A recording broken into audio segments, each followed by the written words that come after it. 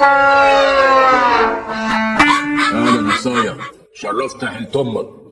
يا بابا انا كان لازم اعمل كده يا بابا. ما تقوليش يا بابا، يعني كنت عايز اسيبه يبصبص لامي واسكت؟ ولما انت راجل قوي سايبهم يخرجوا لابسين المحزق والملزق ليه؟ دي حريه شخصيه يا بابا، امي تلبس اللي هي عايزاه.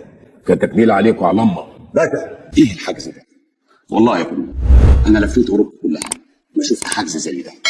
نظافه، مرايه، حاجه تفرح.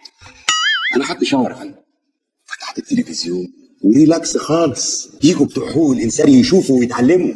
اوروبا ايه ونيله ايه؟ طب انا كنت اخش الحجز في اوروبا اكره عادي. قلت لك احبسه، ده السوابع، ما سمعتش كلام.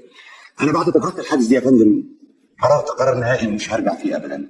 انا مش هسيب مصر ولا يمكن هرجع ايطاليا تاني ابدا. خليه عندكم بدام عجبك.